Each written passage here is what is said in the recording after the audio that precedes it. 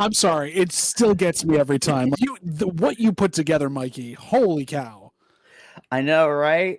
Listen, a lot of the work and love went into it, and it makes me feel oh so good. I appreciate it.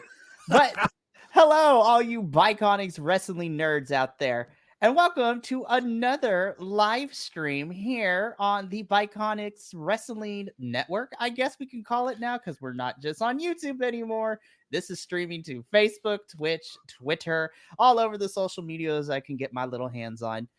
But it is the OG crew. It is the 1.0 version of Bi-Conics, the group that started it all tonight.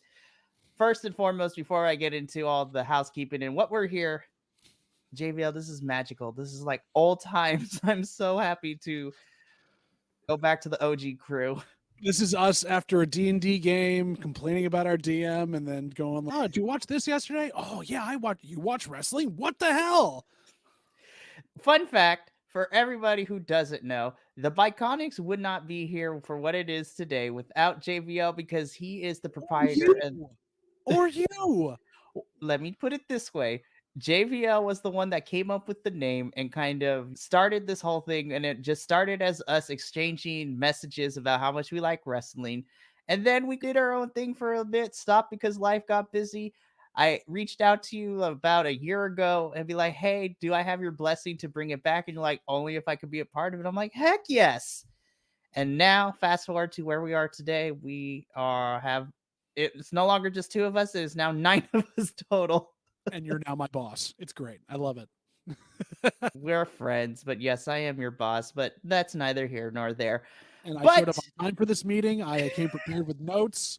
I'm good here. I'm ready to go for NJPW Wrestle Kingdom 18. Oh, I am so happy. So normally we don't cover New Japan extensively like we do all the other shows, but one thing that we all have agreed upon the last couple of weeks is that Wrestle Kingdom is definitely New Japan's pay-per-view that we would want to make sure we all watched and we review because technically it's the big start and it sets up what the field for New Japan is going to look like in the coming year. Essentially, that is what we are here to do tonight. We are here to review Wrestle Kingdom 18, which minus some time differences took place this past Wednesday/Thursday. If you were crazy enough to stay up late and watch it live, which I wasn't, I watched it over the weekend. And I probably could have since I was on break, but I had other things. I was avoiding time with the in-laws. Now, my partner who's watching right now, it's probably not a good idea. Anyhow. But yes, the OG crew is here to review and to cover New Japan Wrestle Kingdom 18. Let's get all the goodies on screen now. So let me just move us here. Right. Oh, wow. Okay. I'm small. I feel a little bit intimidated by the men to my right. And it's tough. But I'll do it. I mean, you'll be fine. But yes, I'm super excited to review Wrestle Kingdom. And this poster is so pretty. It's so pretty. I love it. This is mostly everybody on this poster did appear in the show. We're going to talk about some of the highlights and some of the not so highlights, but that's neither here nor there. Are we not going to mention all of the graphics? This entire show basically look like 2002 SmackDown versus Raw. The same box art, same time to set up. It screams nostalgia for the early 2000s. Oh, absolutely. Without further ado, let's just jump straight in. We're going to start off with the kickoff to Wrestle Kingdom, which is the normal. Every year, it's the New Japan Rambo, where it is basically a battle royale, and the final four move on to the following day at New Year's Dash to do the KOPW 2024 challenge. Final four will face off and then go from there.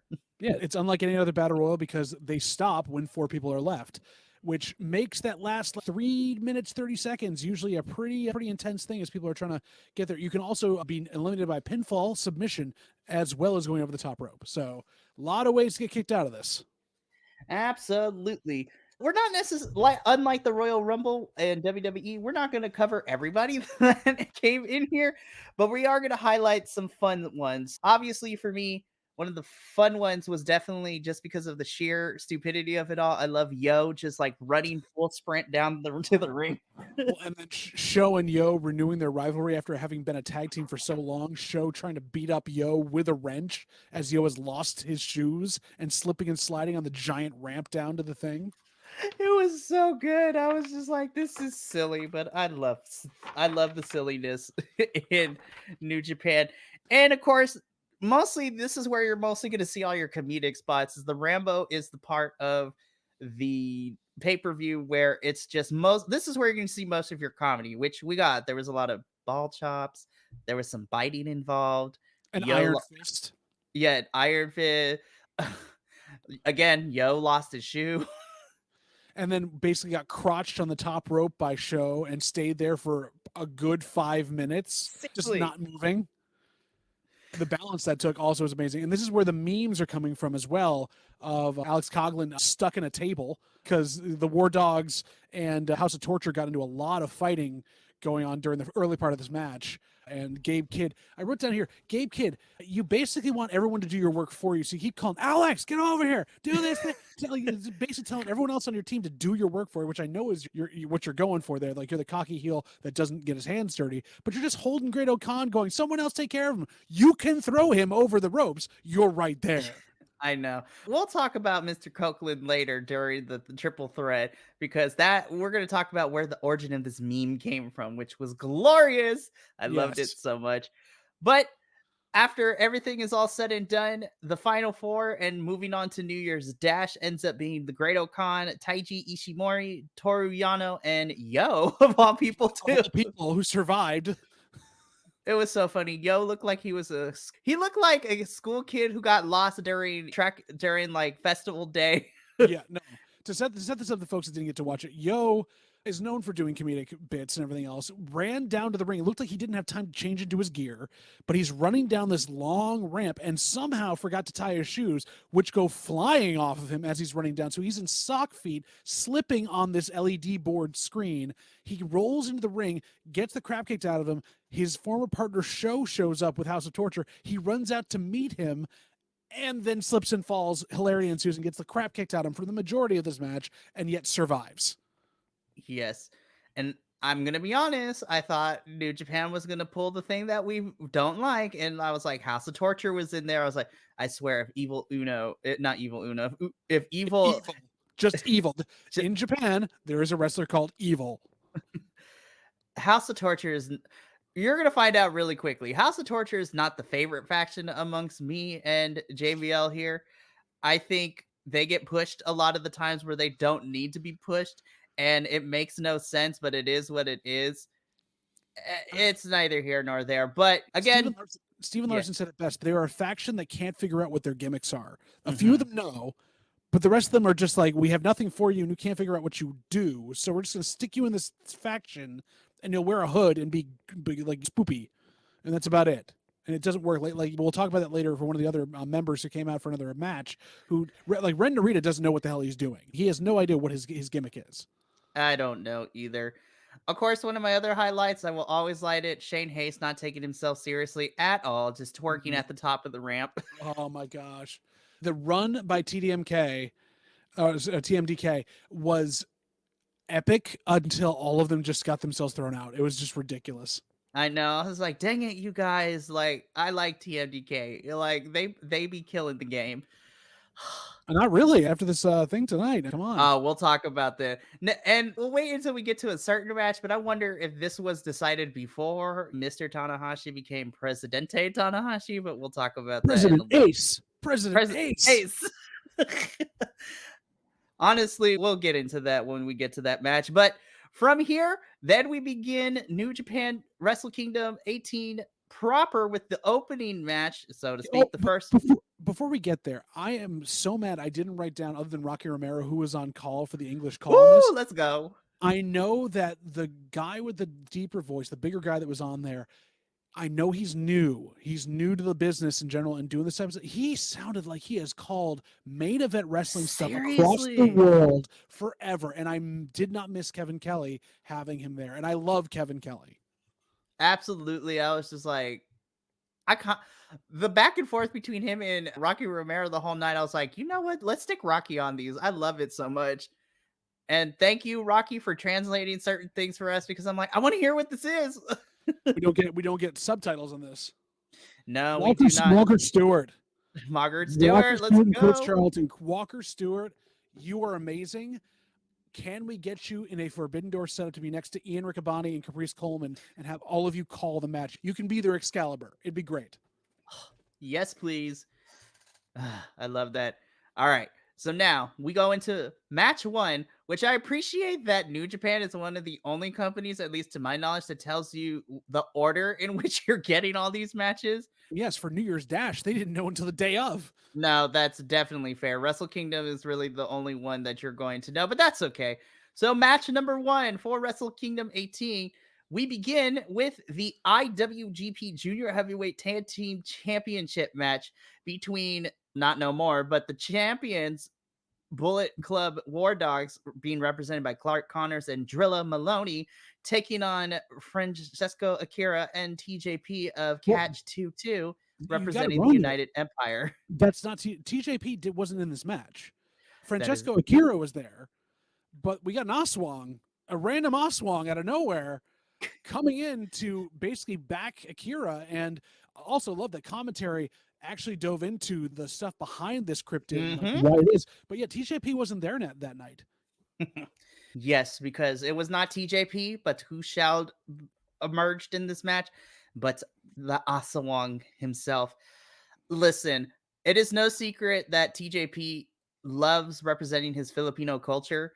And this goes to what I'm going to be saying the whole entire night. New Japan is one of the only promotions that I see where they go all out representing the different cultures. And it's not going to be the only time we see this tonight, but I also love the fact that I was like, wait a minute, why is he coming out of a coffin? Oh yeah. Commentary was nice enough to fill us in that these two teams were involved in a coffin match and they locked TJP in the coffin, and his anger and his resentment just festered, which is in line with the folklore of the Asawang, if you look it up.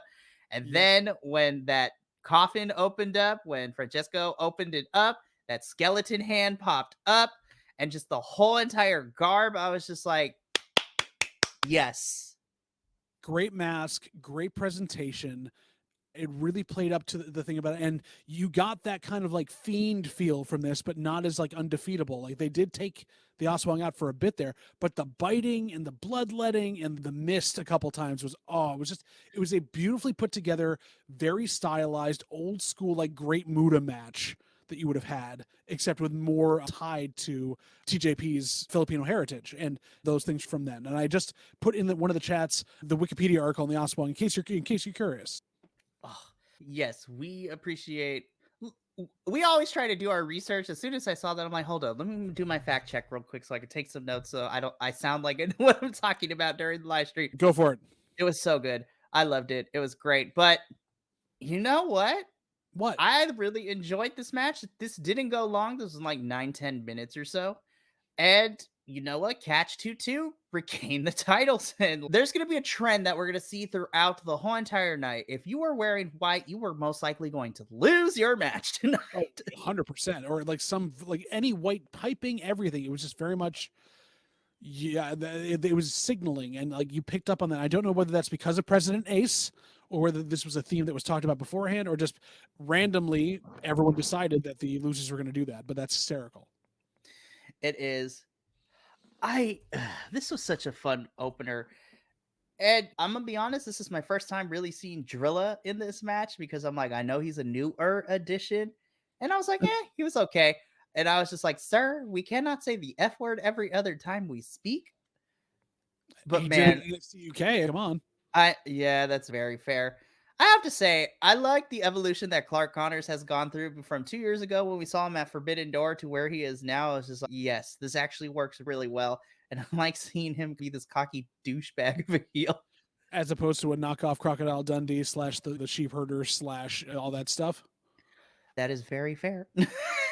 But yes, Catch 22 wins the titles, and takes them into New Year's Dash the next night in a giant schmoz brawl, which we can talk about later on, and we may not.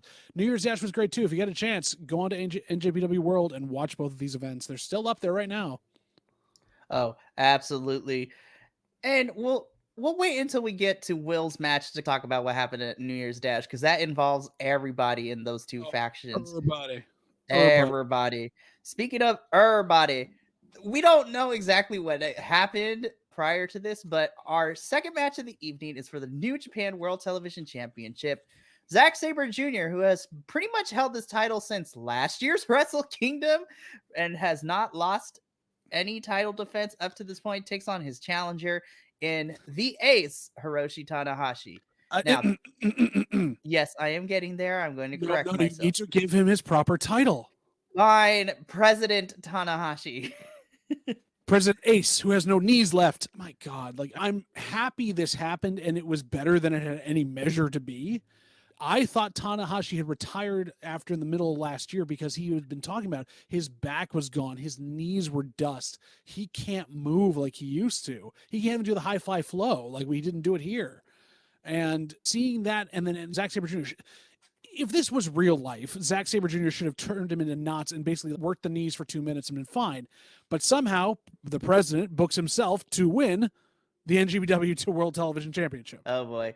I'm wondering if this was before or after he became President Tanahashi, which is, because there are some people who are not too happy about it because they're like, oh, he's the president. Of course he's going to have himself win. I'm like, I'm wondering if this is a result because of the previous administration, but it may have been. But the other part of it is we have to say this isn't just a kayfabe type of thing. Like, he actually is the president of NJPW. He is the Triple H of NJPW right now. Honestly, I love Hiroshi Tanahashi, and honestly, if I think New Japan, he's been holding it down for the last 25 years, I think they said on commentary, he's been here from the jump. And he's wrestled everybody, and he's wrestled Zack Sabre Jr. before, but this was definitely, with watching Zack run him through his paces and do the thing where if it doesn't work, the hold doesn't work in less than 3 minutes, or 2 minutes, he's got to move on to something else. 30 seconds here, 30 seconds there, and then the win comes from basically a roll back and forth pinning combination where Tanahashi sat back just enough on the final one to basically move Zack's head out of the way and keep him down for 3, which was awesome. That's a quick win on that. It was, and I was like, oh, okay. I'm surprised, but I'm not upset about this. I'm here for this. So, President Tanahashi is the New Japan World Television Champion. What I'm hoping to see this year for Zack Sabre Jr. in 2024, I hope we can push him up to the bigger titles now, especially since we have a certain Englishman who is going to be officially done in New Japan by February. Who could that be? I wonder. Stay tuned, because we're going to talk about him in a later bit. Is that the bird-themed guy, right? He's like a bird assassin thing? Maybe. So, but Tana wins, forgets that he just isn't supposed to leave, goes back in to then speak on the microphone and talk about how grateful he is for everything here, all that type of stuff. And then I wrote this down. He's trying to leave the ring and needs a lot of help. Are we sure he should still be wrestling?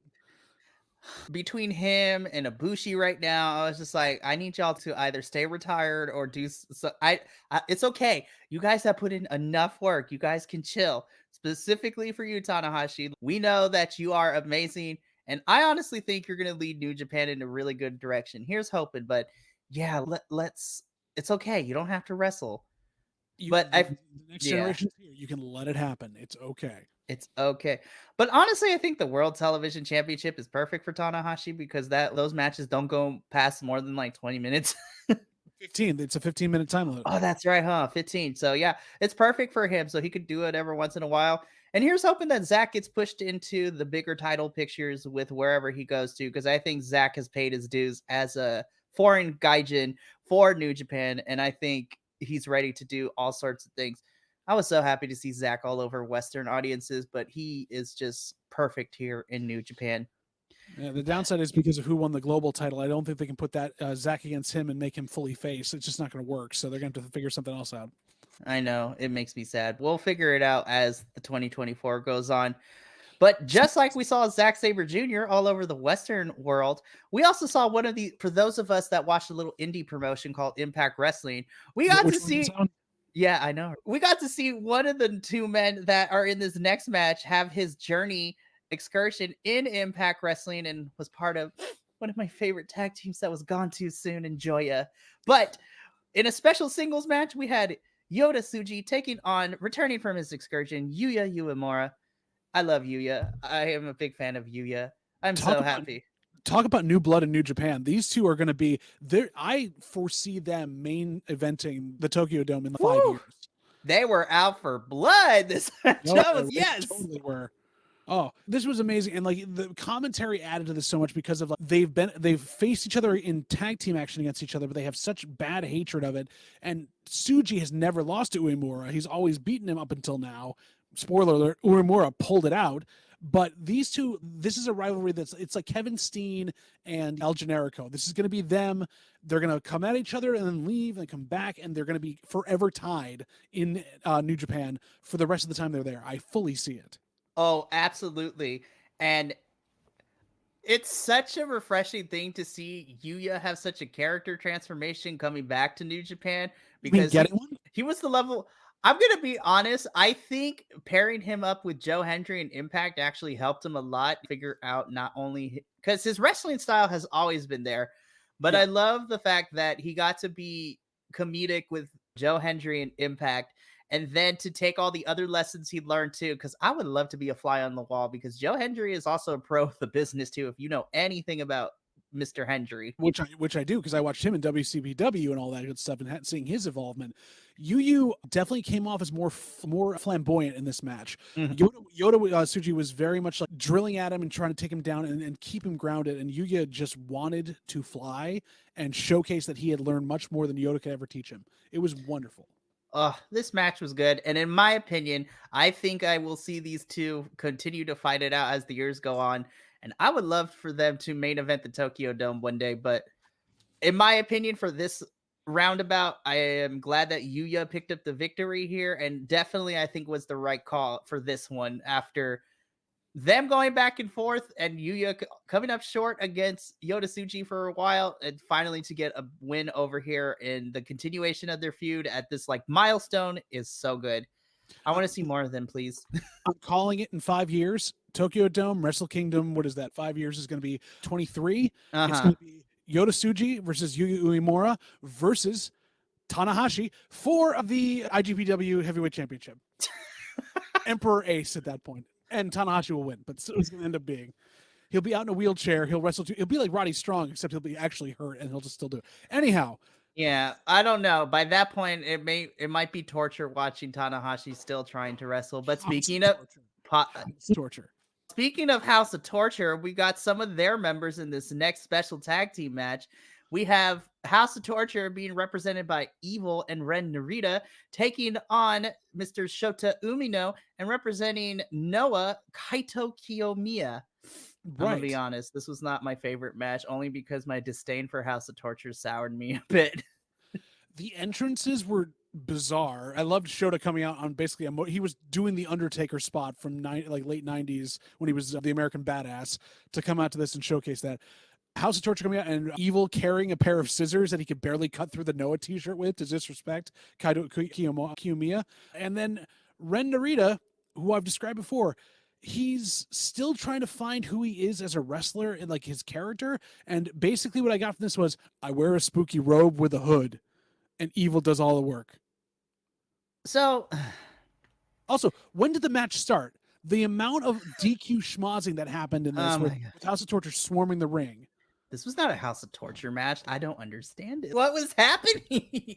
And of course, we do get a win via foreign object as well, because of the pull-up bar, which apparently, I know commentary tried to put it over. I'm like, I still didn't get why they had a pull-up bar. I didn't either. And this is the unfortunate part for me, because John Moxley speaks highly of Shota Umino, calling him Shooter. He was his young boy, right?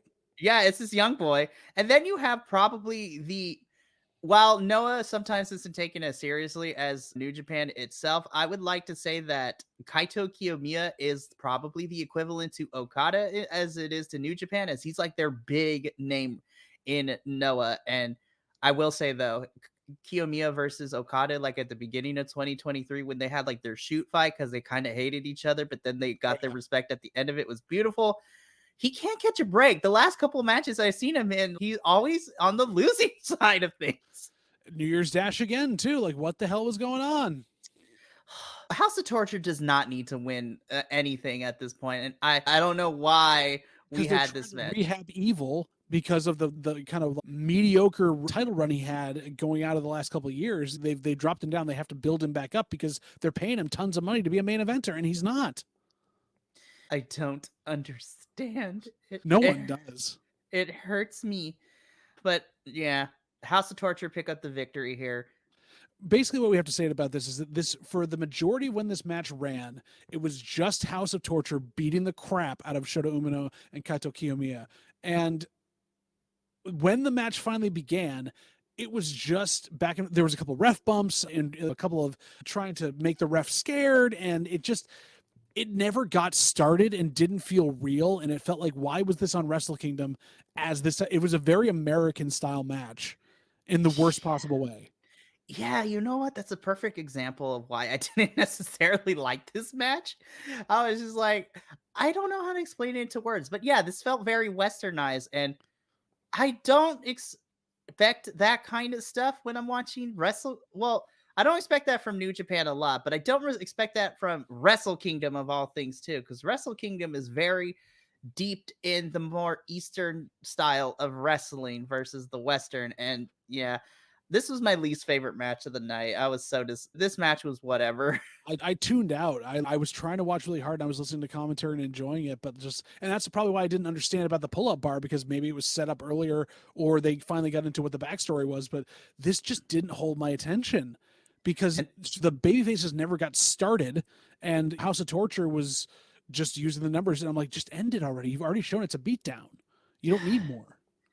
And it sucks because I like Shota Umino and Kaito Kiyomiya, and I'm just like, ugh, they can't catch a break, man. No, they can't.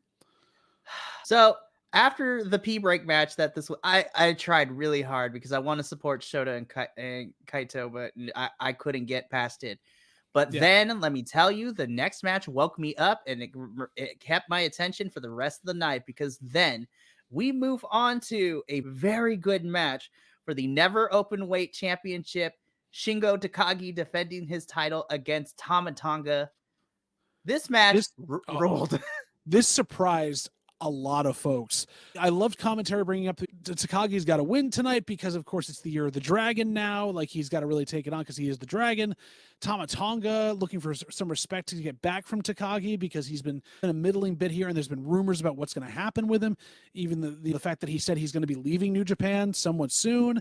You thought you knew what was going to happen in this one. You thought that you knew it was going to probably be a shorter match, even though the 60-minute time limit. And these two worked the hell out of the crowd. They took shots. They were working as if they had 2 or 3 days off after this, which they didn't, and made this title feel almost as big as the full-on heavyweight title.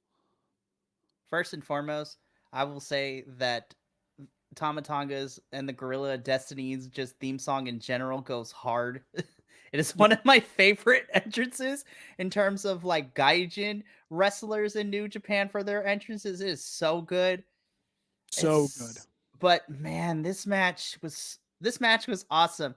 I love that Takagi was getting into it. Like, he did his own version of the stun gun just to piss off Tama Tonga, and it was so good to watch. Then didn't Tama Tonga, like, he kicked out of the Bloody Sunday at 1? Yeah, I was like, that's rude. You could feel as if, like, and I know that it wasn't really there. They did a really good job of selling that they were just not happy with each other, and you almost felt like a real fight was going to break out in the middle of this scripted fight. It was great. And the Avalanche Styles clash. Oh my God. Woo! How did he kick out of that? I don't know, man. So here's the funny thing. Normally we complain about people kicking out of big moves and finishers, but in New Japan, like, I'm used to seeing people kick out of all types of finishers. That's why a lot of New Japan wrestlers have like 4 or 5 up their sleeve that they got to use. And the other part of it is, I loved it. The commentary was going to, like, Tama's having to dig into everyone he's ever known, all the Bullet Club leaders. He's grabbing their moves. He's doing this here. He's just digging into a toolbox that no one knew was available. This was amazing. It picked the night, and I honestly, it's one of the few on here I'll say, if you can't watch the whole event, find the English announcement of this or somewhere and watch this match, especially because Tonga takes the win. He's leaving at the end of the month, if not February, and he's got the Never Openweight title. What is going on here? Is he going to NJPW Strong? Is he going to AEW? Is he going to WWE? He ostensibly says he wants to be closer to his family because he hasn't been around for them, and his dad Haku was always gone. So I don't know. I don't know, man. Yeah, and like you mentioned, so that was the news that broke out during one of the parts of the press conference afterwards, the scrum, if you will. Tama is leaving at the end of January, beginning of February. So maybe Shingo will get it back. Maybe a new person will take the Never Openweight title off of him. But man, what a match, regardless of all the pomp and circumstance afterwards. We have a lot of former title holders from tonight that could go for that title and have a good run with it. We can talk about it later about some of the stuff with it, but it was really cool. We went from this to the first kind of celebrity sighting of the night, other than Ace. We had the Nemeth brothers. Oh my gosh, the newest tag team straight out of AEW and someplace else. Nick and Ryan Nemeth just taking their seats, and they didn't get involved in the next match. They didn't get involved in a couple matches. I wish they had gotten snacks or something and were just there eating popcorn or something just to set up to when they were going to be used. But it was really cool to see. And it was odd to see Nick Nemeth sitting there, still looking just as good and looking like he wants to make a run to do some fun stuff. So we get that spot. We get that sighting. And then we enter. Okay. I'm a big fan of these two teams, and they did not disappoint. But so this next match, this was a winner-take-all match. You had your IWGP Tag Team Champions in Hiroki Goto and Yoshihashi Bishamon taking on the strong tag team champs of the Guerillas of Destiny, in this case, which is being represented by Hikuleo and ELP El Fantasmo. Oh, God, this match ruled. I love this. These are two perfect tag teams. For me, Hikuleo kind of was MVP because he had to dig deep, and he's not a small guy. He is a tall boy. He's a tall boy, and he went off the top rope. It was so beautiful to watch, but he did a Gunther splash. Oh, it's beautiful. I love this so much, and I can never say anything bad about Bishamon, man. Bishamon is holding it down too. They barely ever lose, and they picked these titles up at the last Wrestle Kingdom. Mm-hmm. And held them for the full year. To see this happen, and ELP was thanking Hikuleo so much for being there because he's like, I would have never gotten this far without you. It was crazy, and this is where I thought the Nemeth brothers were going to jump up. Of course, they're the brothers there. It's going to be something with the tag team, but nothing about it. They let this match go on, and the GOD pull out the win. They've now hold both sets of titles, which is amazing. And then I'm worried because we haven't heard anything because ELP's contract is also coming up soon as well. Right? I don't know I don't know what's going on, but maybe President Ace is just hoping by putting titles on people, they'll stay around for a bit longer. I hope so. But again, these two teams pulled out all the stops. You can see why they are champions of the respected titles that they hold. But like you said, Guerillas of Destiny now hold the IWGP and the Strong titles. So reminiscent of when a certain Aussie Open also did the same thing. Ooh, let's hope they have a better run once they move on from NJPW than the GOD do. I hope so. I want good things for GOD because, Aussie Open. Nah. Go check out our other reviews if you want to see that. Unfortunately. But man, much respect to Bishamon because they held that title all year since the last Wrestle Kingdom. And who knows what happens. They might go for that. They might fight some other things. They might do some other stuff within their factions. But Bishamon has a special place in my heart. Mm-hmm. I was really excited about this next match, and it didn't disappoint me. No. For the IWGP Junior Heavyweight Championship, the two rivals that are destined to fight every single chance they get, El Desperado challenging Hiromu Takahashi for the title. The entrance gear, the Yes. presentation. This is Japanese theater come to life in a wrestling ring, mixed with a very Mexican lucha libre style from El Desperado. And when I was talking about who could go after that Never Openweight Championship, Takahashi could make an interesting run for that damn thing. I love Hiromu Takahashi's character so much. Outside, his entrance gear is by far one of my favorites. I don't care what nobody says. Most creative. It's so creative. And his wrestling short gear too, with all the like eye patch work and everything. It's so good. But it was a giant eye monster. Like he had eyes everywhere on him when he came out. Every Wrestle Kingdom I see him, he just adds more. I love the entrance gear, but man, talk about like the in-ring psychology and storytelling, because these two also are Never Openweight Championship match. These two have been fighting forever, and they also don't like each other all too much. They do not. They were in the Fatal 4-Way last year for this title where Takahashi won it. And like it basically punked out Desperado to get it. What I loved about this is the best equivalent I could do is that Takahashi and El Desperado are like the two kids that are living on the same street, and they're just like, Takahashi plays the perfect like smug kind of, but not like too overly smug, and El Desperado's, I just want to hit you every time I see your face. Meanwhile, their parents want them to be friends and keep having them do play dates in the backyard. So they exactly eating each other over and over again. This was, if not a technical masterpiece, this was a way to tell this kind of like blood feud story that you don't see in a lot of Western companies, because it wasn't just focused on storyline. It wasn't just focused on character. It was focused on move for move, who's going to make the first mistake. And it ended up being Takahashi. It is, but honestly though, El Desperado had to dig deep because it took two pinchy locos for him to hit on Takahashi in order to keep him down to pick up the win here. And I was like, exactly. I laughed when I heard commentary. I was like, I forgot that was one of his finisher moves. I laughed so hard. I'm like, if anyone knows Spanish, you could translate that to what you will.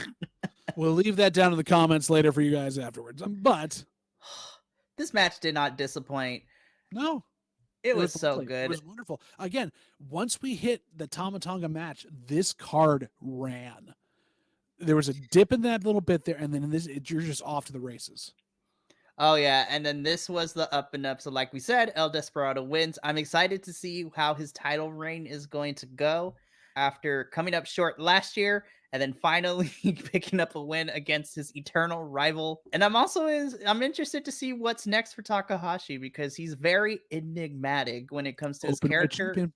Openweight champion. I'm not going to complain about it. Speaking of things I did not complain about. Not at all. For the inaugural IWGP Global Heavyweight Championship, this was a triple threat between Will Ospreay, Jon Moxley, and the leader of Bullet Club War Dogs, David Finlay himself. Finlay comes out in probably the lowest key entrance out of all of them, over the top.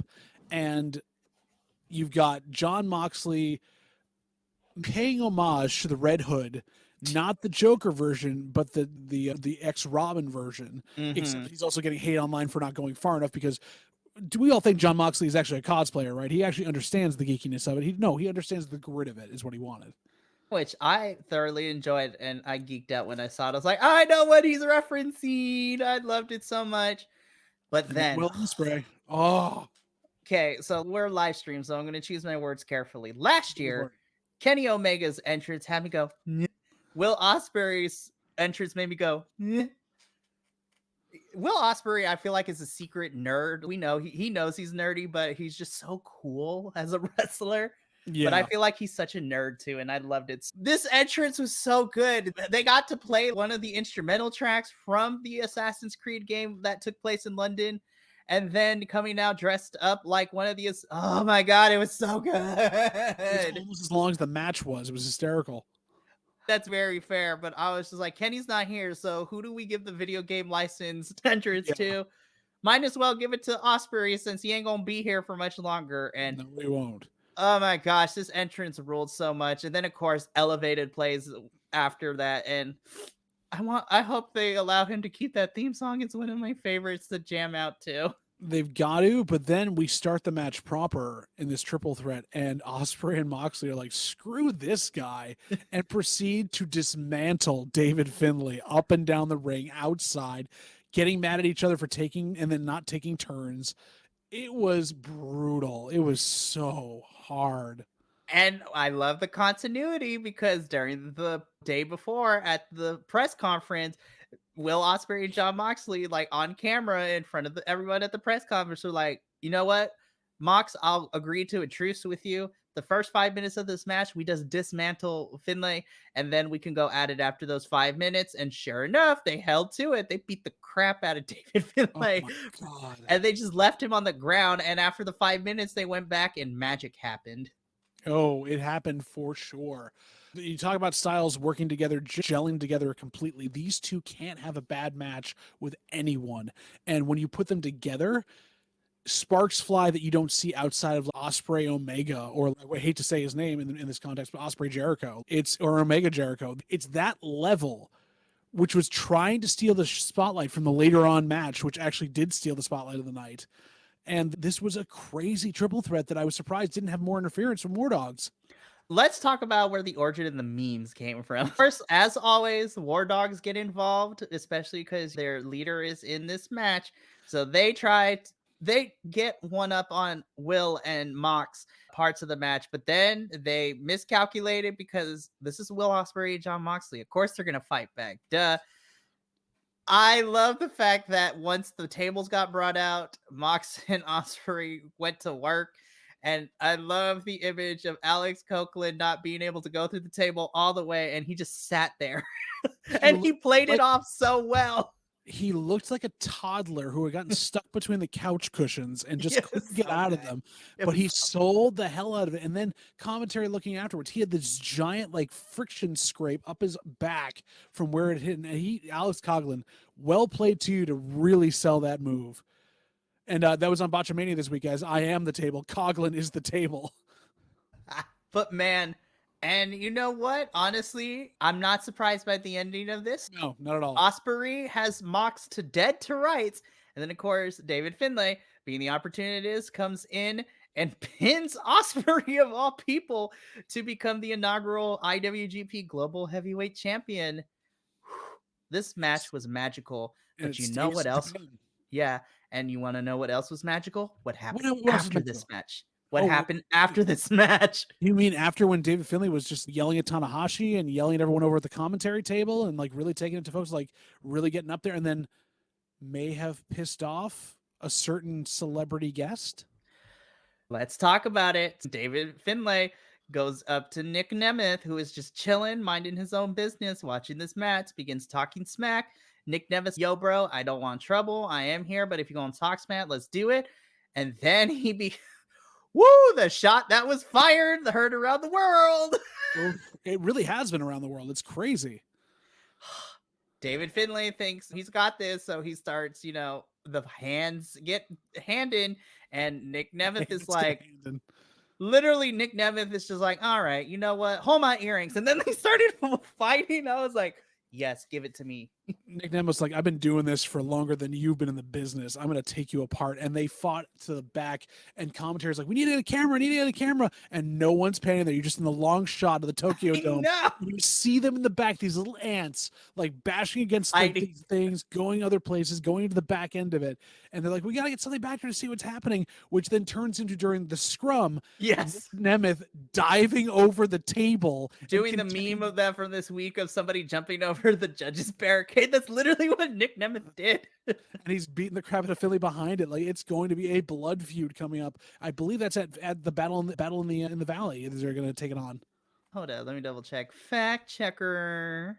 I believe that's what they said in the commentary, but I could be wrong. That it's the February pay-per-view. It might be at New Beginning, because at Battle in the Valley, it's David Finlay taking on TJP. Then yeah, so it's got to be New Beginning. Yeah, but yeah. So the Nemeths finally live up to why Brian Nemeth did nothing. That was ridiculous. He was there for moral support.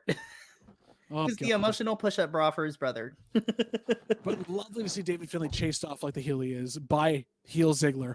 It's just very nice. But that set us up because that didn't take away from what the next match was going to be. This was the match of the night. Woo, child. Okay, let's prepare Better ourselves for the than kids. the main event. This was ridiculous. Woo. Okay, in a special singles match, ladies and gentlemen and non-binary folks of the internet, strap in, kids, because we're about to gush over this match. We have this is the second time they've encountered each other, because in a one-on-one, first time was at Forbidden Door in a one-on-one situation, at least within the last couple of months. This is round 2, Kazuchika Okada versus Bryan Danielson. Oh my god. Before we get into the match, Danielson said he was going to break Okada's arm. He's going to basically tap him out and call the shot. We will talk about it, but first I want to say Danielson had a fun entrance, but my god, Okada with that black light jacket. I'm like, yes, I want it. So good. And it was so seamless. He just walks up, goes over to... I love that they had a separate piece already set up, and he just stood there. They zoomed in. That jacket was so beautiful by itself with just the designs, and then the black light brought the color back to it. Yep. And then Bryan Danielson made in, and then it was on like Donkey Kong. Woo! This match hit hard. I thought somebody broke something a couple times from both men. Okada was bruising like a peach, bro. Oh my gosh. Everything was hurting. They ripped off Danielson's eye patch. This match had 3 different stages because there wasn't just breaks in between.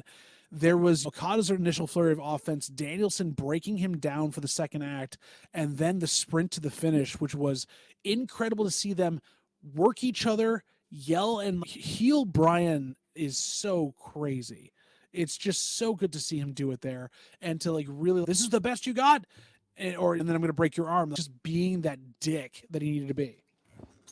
Woo, my goodness, I was like, I have very little notes as I watched this match minute by minute, which is killing me now because I want to remember more things. Oh, seriously.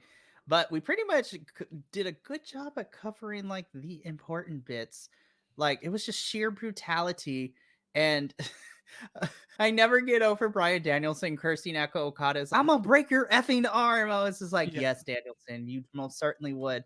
But he didn't. But he made him almost tap. But Okada pulls out the win, and now they're 1-1. So hopefully, if Forbidden Door still occurs during June, we get the blow-off match at Forbidden Door, because I am so excited. May not need it, though, because Okada may not be with NJPW anymore. Okada is going to be Okada for the next month or so is going to be in America exploring different territories. Like, he's going to be at Hard to Kill, which makes me excited. There's a lot of people at Hard to Kill that I'm excited to see. We'll talk off air, but our other co-host, Luis, I will put him on blast, but we love him here. He cried after this match. He cried. He cried because of how beautiful this match was. And I'm like, I didn't cry, but this match was art. And then what got me in the feels a little bit is the respect they showed each other afterwards. They were head to the mat. Oh, it was so good. Yeah.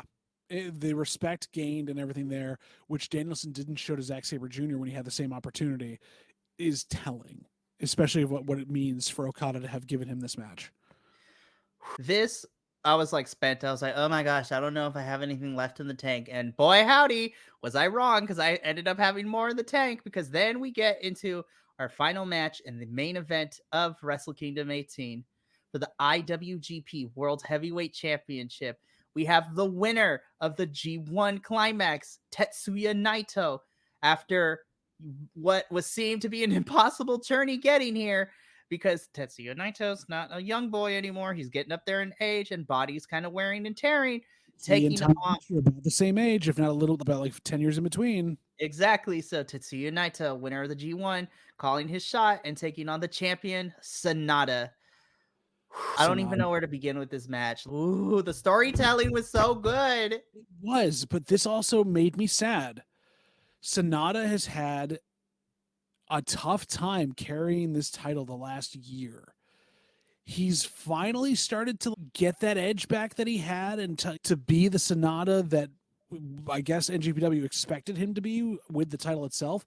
But this definitely was, and I agree with Steven Larson, this seemed NJPW wanted to see if a title could make the man instead of the man making the title. Mm-hmm. And they realized, oh crap, just like with Evil, it didn't take.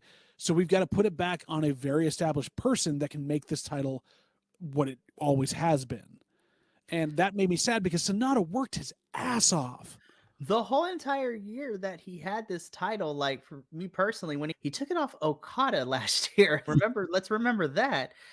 And the thing is that I haven't hated Sonata's title run because he's had some fun matches, but it was very forgettable. Like the whole entire title run he's had has been not that he had really awesome matches. And one of my personal favorites is because of the open working relationship New Japan has with certain companies. He had a really baller non-title defense against Jake something at Emergence for Impact's pay-per-view back during the summer, and that match was ballin'. I was like, Sonata is a good wrestler. It's just that the title reign, he had to work his butt off the whole year to gain some respect as the champion. He still didn't get enough of it to be able to be holding on to him. They had to drag Naito kicking and screaming, body breaking down to go do this. And Naito picks up the win. So that's the short version of it. But let me tell you, the storytelling that commentary gave during this whole entire match made me invested in this match more so because Naito and Sonata both wanted to be in New Japan. Did the tryout. Naito got in immediately. Sonata got rejected. Sonata had to go a different route. And then he trekked on his own when he formed Just Five Guys. Like, it was really interesting to see this mentor and mentoree situation. And I'm just like, oh my gosh, I love this match even more. But maybe the wrestling itself wasn't necessarily the most outrageous. But then again, you don't want to hurt Naito because we're getting close to Naito calling it quits, and he has even said it like I'm getting towards the end of this. I'm gonna be retiring very soon, but my God, did Naito still pull out the stops? Sonata did him really amazing. There were so many false finishes. I thought Sonata was actually, oh my God, he might actually win this thing. There were a couple of Destinos too that were a little wonky, but still made it through. The false finishes got me. I was just like, damn it, I can't believe it. Honestly, help with that as well as we didn't have a lot of false finishes earlier in the card. There were a couple of like roll through something kickouts. These were like, you could tell were built in to be false finishes, and like they were earned for what they got. It was literal insanity. The match itself was so good. As you said, Naito completes his destino, is your new IWGP World Heavyweight Championship. And then New Japan pulled a swerve because I thought they were going to do something stupid. Swerve when I drive west. No? No, not that company. Oh, okay. Sorry. And I don't think Naito would survive Swerve anyways. I would be scared for that match. I'm like, Swerve, don't hurt him. We saw Naito barely made it through his match at Forbidden Door when he was in the 6-man, and that match was woo. Anyways, and that was not Naito. That was not Naito's fault though. But anyways, Naito gets the microphone. He's gonna do the roll call and everything, and freaking House of Torture shows their ugly faces and beats him up. I was like, no, stop it. House of Torture shenanigans should not be happening in this moment. And I was like, oh no. Oh my gosh. And I'm like, Evil's going to ruin it. And after Naito has said that he doesn't really care about the championship, he just wants to do the roll call because nobody has done it. And I was just like, we don't get the roll call in anything, but who shows up? Sonata runs his butt back up from exiting, and he helps Naito take out House of Torture. He missile drop kicks Evil in the back of the head. It was great. It was beautiful to watch. And then I was like, oh my gosh, this is awesome. Naito and Sonata just have a stare down. Sonata leaves to give Naito his moment.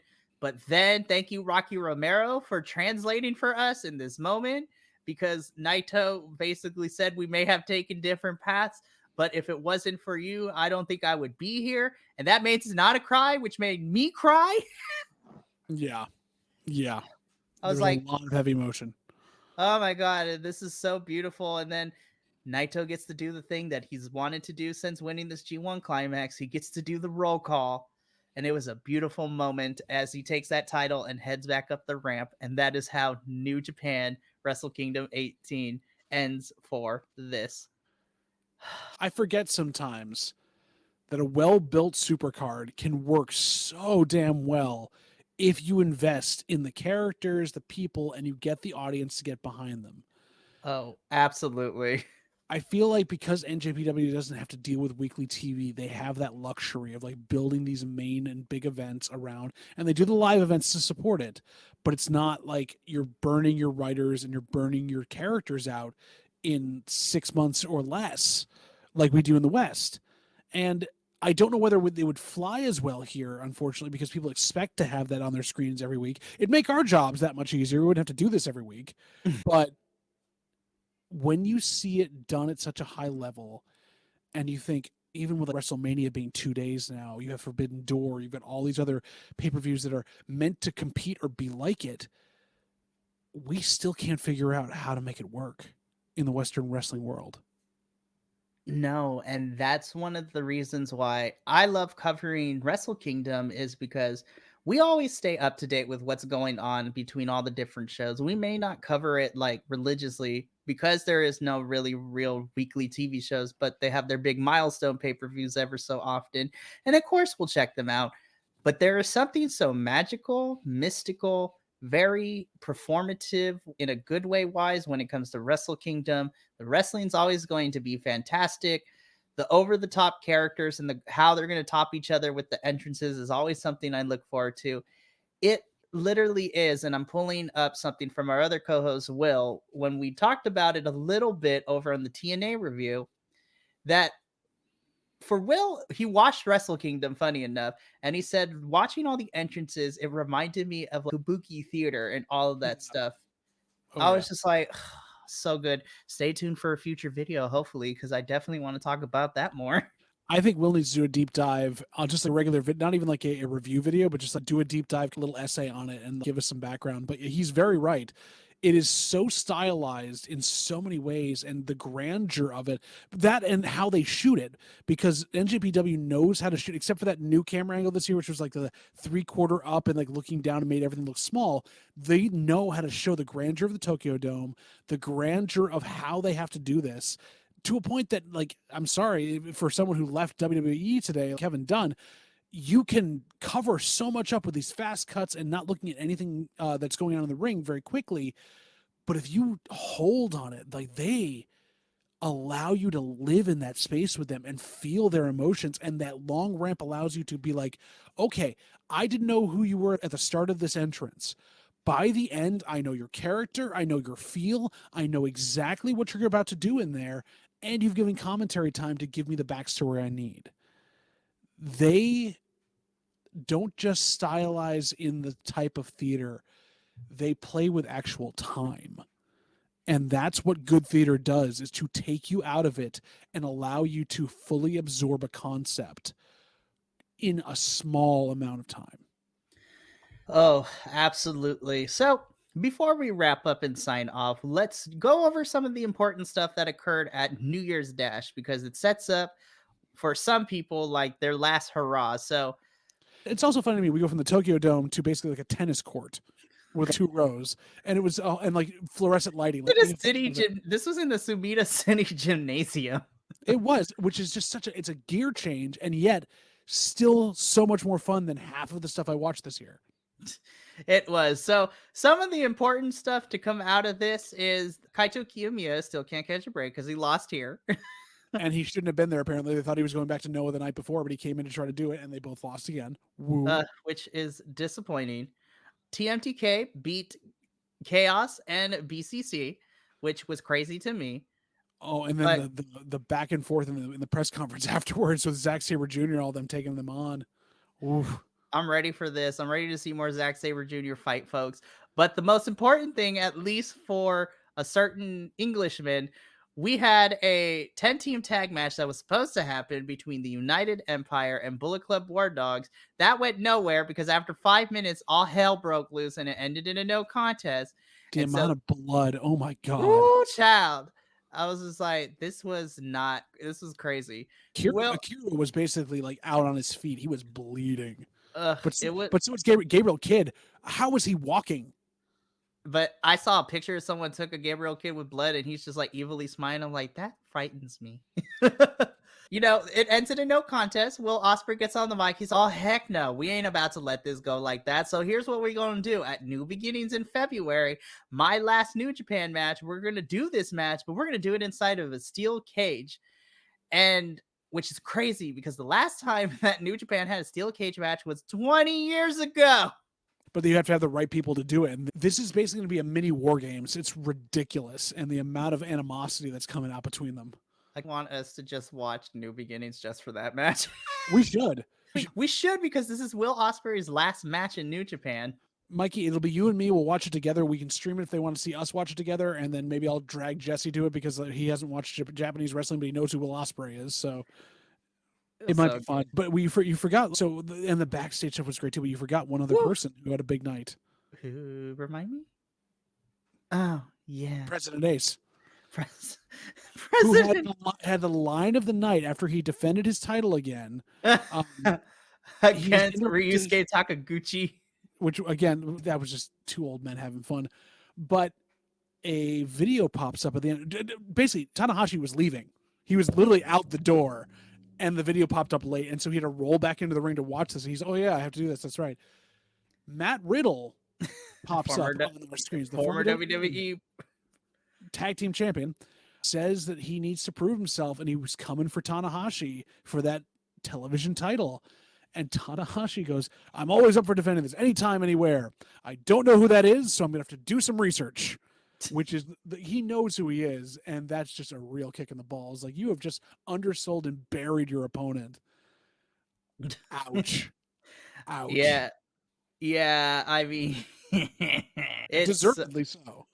That is very fair. And Tanahashi is just trolling people. I love it so much. I was like, he unintentionally is the biggest troll, and I love it so much. He's going to go full Mr. McMahon at some point. It's going to be hysterical. I could see this match happening at New Beginnings because Matt Riddle also is going to be involved in some capacity. He's going to be at Battle in the Valley because apparently he made Zack Sabre Jr. upset because it's going to be it's going to be Matt Riddle and a partner of his choice versus TMDK, which is going to be represented by Zack Sabre Jr. and Bad Dude Tito. Ooh, that's going to be a hard-hitting match. Really quickly before we sign off, Battle of the Valley, we're not going to cover it because it's literally next week, and it's on the same day as for some of us that have to do the Hard to Kill review as well for TNA. I might still watch it. We'll see what happens. I will probably still watch it. We'll decide if we want to do a quick review about it, but the card for Battle in the Valley looks very fun. You have pre-show matches already, like for the number one contender strong women championship match between Viva Van and Stephanie Vaquer, I think is going to be great. But then you look at the rest of the matches and it's going to be crazy. You have a crazy 6-man tag between Team Filthy, which is Tom Lauder, Joel Earl Nelson, and Royce Isaac versus the team of Shota Umino, Fred Roser, and Jacob Fatu. Holy crap. Just came off a clean loss to Matt Riddle. Woo! I cannot wait for that. You have Mascara Dorado and Voldemort Jr. taking on Rocky Romero and Soberano Jr. So good Lucha Libre action, which I'm here for. TJP versus David Finlay in a non-title match. So it's just a singles match, which still should be good. The Guerillas of Destiny. Going to interrupt that. Nick Nemeth is going to just completely go after him. It would be so good. The Guerillas of Destiny taking on War Dogs in a rematch for the titles, which is going to be great. But let me tell you, the one match I'm looking forward to is for the Strong Women's Championship. Trish Adora has a big challenge in front of her against Julia. I'm like, and think of it this way: Julia's on her way out of the company. She is done with Stardom in March. And Trish Adora is ROH. Bring Julia to ROH, please. Or watch Trish Adora bring that title to ROH. Oh, honestly though, I'm excited. I am excited for this match either way. It would be so good. Like we said, Matt Riddle and a partner is a choice versus TMDK, which is Zack Sabre Jr., Bad Dude Tito. The last 3 matches, though, I'm also really excited for the Triple Crown Championship. Eddie Kingston versus Gabe Kidd. Holy crap! That match is hard-hitting match. Your semi-main event in a no disqualification match: Jon Moxley versus Shingo Takagi. That was set up at New Year's Dash. Yeah, that too. Listen, I don't like you. Let's fight. Terrible accent, but it's basically what he sounded like. He was doing a terrible accent on top of his terrible accent, and Mox was like trying to follow us. Are you asking him to fight me? Yes. Do you just want to fight me? Okay, then we'll battle in the valley. We'll fight each other. No disqualification. It's gonna be good. And then of course the main event, Kazuchika Okada versus Will Ospreay. Oh my gosh. David Meltzer is going to be like all over the place. He's gonna have a heart attack just by watching it. Yes. Mikey, But this has been yeah, fun. This has been fun to be with you. Just us two talking with nobody else here. It's been great. I feel like we covered a lot of this, and I can't wait for any of the comments as people see the replay of this. Where can they find us? you can follow us all over the social medias. First and foremost, we have a Patreon that you can subscribe to where you can see some exclusive videos. Do you want to see our true opinions on World's End for AEW? Because we had the watch along, and boy, howdy, we let some comments fly that would not be appropriate for YouTube in the sense that allegedly, because we're trying to protect ourselves and we don't want to sign it. We don't need an NDA coming our way from a certain person. Anywho, but the Patreon is there because we love what we do. We spend our tears, our blood, our time, and our love into what we do. And we would love to give you guys more, but we are going to need your support in all of that. So if you feel free to support us, drop a donation, whatever you want to do, every little bit helps for sure. But outside of Patreon, if you want to see everything else, you can follow us at BC WrestlePod all over the social medias. We have a Twitch, we have a YouTube, we have a Facebook page. We're literally everywhere at this point. We also have a YouTube channel. You can go check that out, where our edited review of this review will be up later this week, which is going to be really fun. And then, of course, we have all of the other TV and other pay-per-view reviews up there as well. And of course, if you want to hear more unhinged opinions, make sure to subscribe to the Bi-Conics Wrestling Podcast. Besides our regular episodes, we also have our weekly reviews now in audio format for you. So if you can't find the time to watch our beautiful faces, let our voices carry you throughout the day. Today we'll be talking about wrestling. Perhaps you'd enjoy listening to us talk about wrestling. It is such a beautiful thing, but JBL, this was so much fun to have the OG crew back together and continue to talk about wrestling. And fear not, this is not the only live stream you are getting this week. Maybe if John finds the time, but JBL finds the time, but I doubt it. But you're going to see me back again this upcoming Sunday, as well as being joined by my other TNA folks as we cover Hard to Kill. Please do not sleep on TNA. The card for this looks crazy. Like, just to mention a couple of names, at the actual pay-per-view. You're overselling for him. Come on, Mikey. This is a Wrestle Kingdom thing. Actually, you know what? Just tune into the review and let us sell you on the actual pay-per-view. Just like we sold you on watching Wrestle Kingdom. Please watch this pay-per-view. If anything, if you can't find the time to watch the whole thing, we definitely recommend everything. While all the matches were spectacular, from the Never Openweight Championship onwards, is definitely worth your time, especially the last two matches of the night, which was baller. But alas, we must sign off for the evening. But fear not, you will see our beautiful faces in some capacity throughout this week. But for all of you that tuned into the live stream, and for those of you who are going to watch this edited review later, thank you so much. And remember, from myself, JBL, and the rest of the Bi-Conics boys, take care of yourself, love one another, and despite what anyone tells you, always stay Bi-Conic. We'll see you for the next one, but until then, tough for now.